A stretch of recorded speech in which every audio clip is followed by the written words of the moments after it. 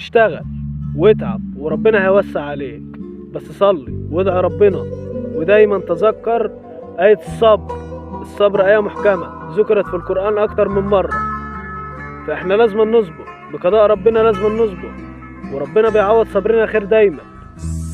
ما نبقاش أنا ما بشتغلش ونايم وأنا متعلم، أنا مستني التوظيف، أنا مستني الشغل. لا، انزل اشتغل أي شغلانة. انت عايز تتجوز، انت عايز تجهز اختك، انت عايز تساعد، انت عايز تساعد والدك، عايز تساعد والدتك، انت اسمك راجل، لازم تشتغل، لازم يكون ليك اي دور في بيتك، اي دور في حياتك. انت مش هتفضل والدك اللي يصرف عليك وانت كبير، والدك يصرف عليك وانت عندك 25 سنة ولا 20 سنة ازاي؟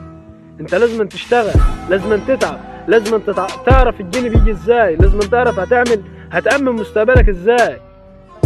والدك مش هيعيش لك طول العمر، والدتك مش هتعيش لك طول العمر، لازم تعتمد على نفسك، لازم تعتمد على نفسك.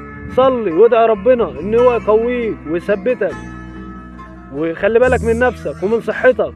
استغل وقتك لو فاضي روح الجيم، استغل وقتك في الصلاة، ابعد عن السجاير، ابعد عن البنات، خليك ركز في حالك وفي مصلحتك. مفيش حد هينفعك، مفيش حد هيفيدك، انت اللي هتفيد نفسك. كل اللي بيقولك احنا اصحابك واحنا حبايبك هيجي وقت وهيسيبوك، هيجي وقت وهيبقوا احسن منك، وانت هتبقى اقل منهم، وهتقول فاكر زمان انا كنت ايه وهم ايه.